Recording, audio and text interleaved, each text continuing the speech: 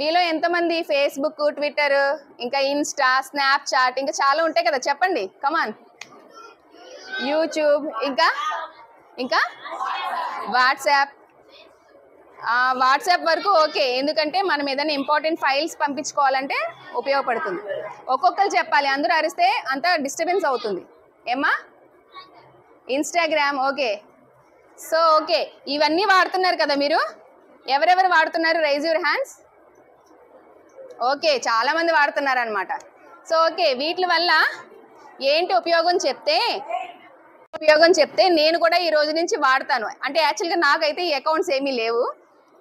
So ఒకవేళ మీరు చెప్పే యూజ్ కనుక కరెక్టే అనిపిస్తే నేను కూడా వాడదామని అడుగుతున్నా. ఫేస్బుక్ వల్ల మీకు ఏంటి ఉపయోగం, ట్విట్టర్ వల్ల మీ ఏజ్లో వాళ్ళకి ఇవన్నీ ఉండడం వల్ల ఏంటి ఉపయోగం నాకు చెప్తే నేను కూడా వాడతా. ఎనీబడి అంటే యూజ్ లేదా? పర్టికులర్గా మీ ఏజ్లో వాళ్ళు యూజ్ చేయాల్సిన అవసరం లేదా? సో ఒప్పుకున్నారు, రైట్? అంతేనా? ఏంటమ్మా? వీడియోస్? ఏం వీడియోస్? బయట ఏం జరుగుతుంది ఏంటని తెలుసుకోవడానికి మనకి న్యూస్ ఛానల్స్ సరిపోతాయని నేను అనుకుంటున్నాను, కాదా? ఓకే, సో వీటి వల్ల ఏంటంటే మీ ఏజ్లో వాళ్ళు ఇప్పుడు ఏం ఏజ్ అమ్మ ఇది? చదువుకునే టైంలో మంచిగా చదువుకుంటే మంచిగా సెటిల్ అవుతారు. అదర్వైజ్ ఏమవుతుందో మీకు తెలుసు కదా, అవునా? సో ఇలాంటివన్నీ వాడడం వల్ల మన ప్రాబ్లమ్స్ మనం కొని తెచ్చుకోవడమే తప్ప ఉపయోగం ఏమీ ఉండదు. ఓకేనా తల్లి? ఏ రకంగా? మీరు ఎక్కడో ఊరు వెళ్తారు, ఇంటికి లాక్ చేస్తారు, ఊరు వెళ్తారు, మేము సో అండ్ సో ప్లేస్కి వెళ్ళాము, ఇలా ఎంజాయ్ చేసాము, అలా ఎంజాయ్ చేసామని సెల్ఫీలు దిగి పిక్స్ దిగి అన్నీ అప్లోడ్ చేస్తూ ఉంటారు, అవునా?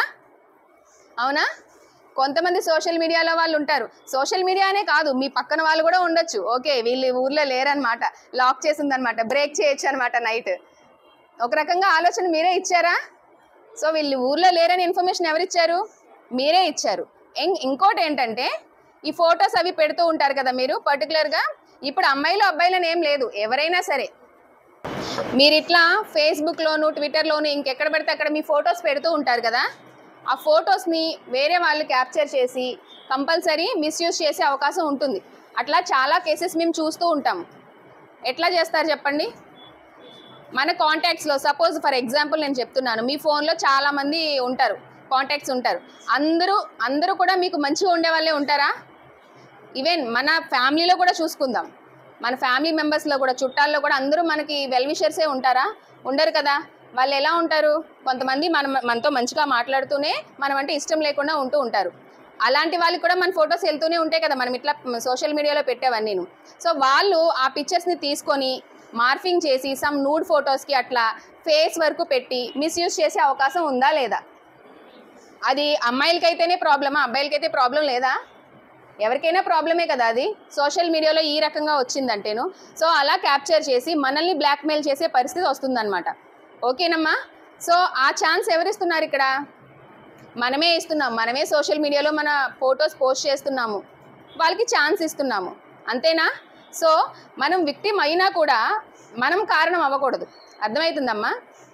విక్టిమ్ ఎప్పుడు అవ్వకూడదు. ఒకవేళ అయినా కూడా మన విక్టిమ్ అవ్వడానికి మనమే కారణం ఎప్పుడు అవ్వకూడదు. సో సోషల్ మీడియాలో పిక్చర్స్ పోస్ట్ చేయడము లేకపోతే ఫోటోలు పోస్ట్ చేయడము అవన్నీ కూడా యూజ్లెస్ థింగ్స్ అనమాట. అనవసరమైన పనులు చేయకుండా ఉండడము బెటర్. ఓకేనమ్మా? ఇవాళ రేపు సైబర్ ఫ్రాడ్ బాగా పెరిగిపోయింది. సోషల్ మీడియాలో జరిగేవన్నీ చాలా ఘోరంగా ఉంటున్నాయి. సో మనం అవకాశం ఇవ్వకూడదు. ఓకేనమ్మా? సో ఫేస్బుక్, ట్విట్టర్ ఇవన్నీ మీరు వాడతారా?